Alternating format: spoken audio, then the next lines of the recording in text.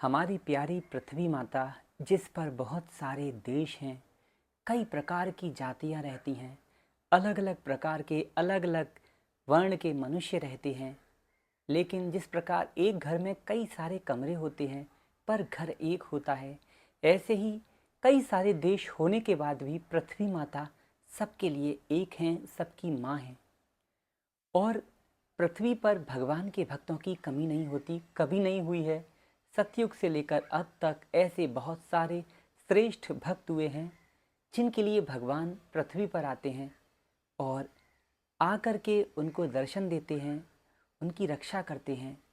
ऐसे ही एक राजा सत्यव्रत थे जो सतयुग में बहुत सुंदर तरीके से राज्य करते थे, अपनी प्रजा को पुत्र की भांति देखभाल करते।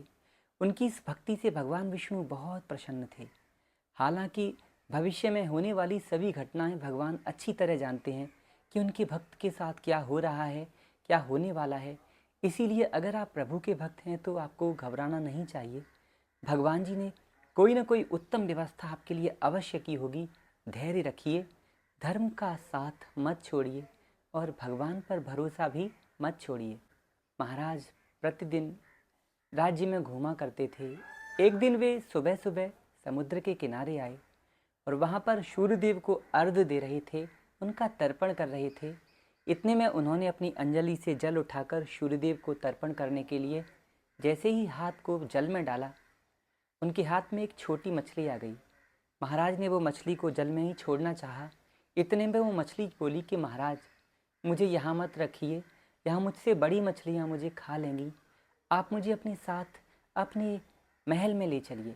महाराज बड़े प्रसन्न हुए ये बात सुनकर कि कोई मछली भी बोलती है, और वो उस मछली को अपने साथ महल में ले गए।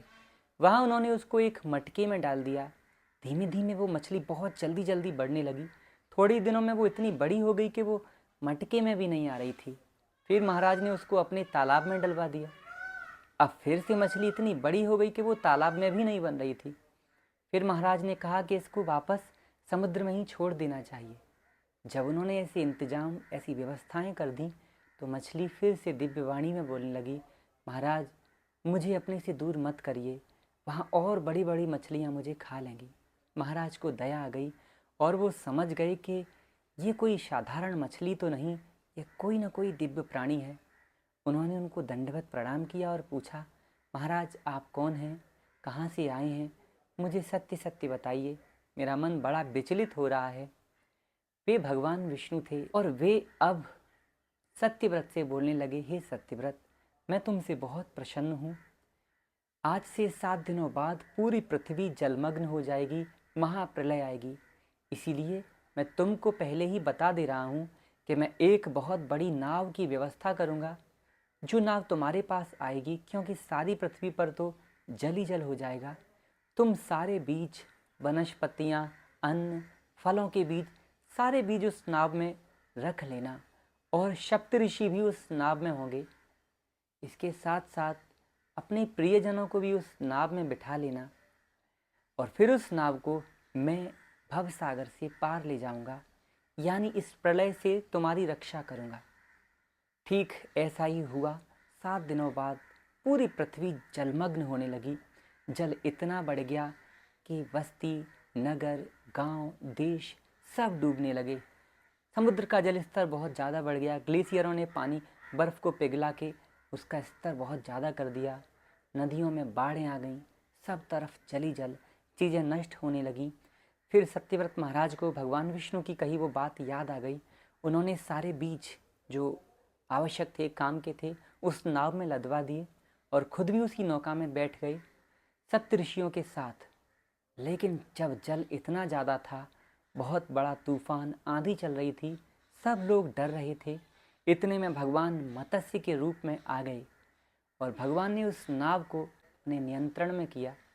फिर भगवान जी ने ज्ञान और भक्ति का दिव्य उपदेश राजा सत्यव्रत को दिया और इसी प्रकार से उनका जो भय था मृत्यु का, वो खत्म हो गया। गीता जी में भगवान श्री कृष्ण जी ने अर्जुन को उसके वास्तविक स्वरूप का जो ज्ञान दिया था, भगवान विष्णु ने मत्स्य रूप से वैसा ही ज्ञान महाराज सत्यव्रत को दिया था। भगवान विष्णु का ये प्रथम अवतार था जो अपने भक्त की रक्षा के लिए उन्होंने मछली का रूप रखा था।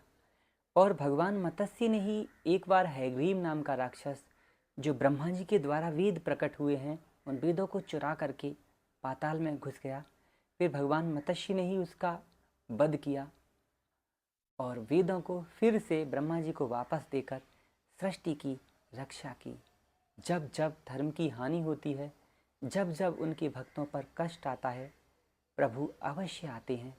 भगवान अपने भक्तों की रक्षा सब प्रकार से कर सकते हैं, वे सर्वसमर्थ हैं।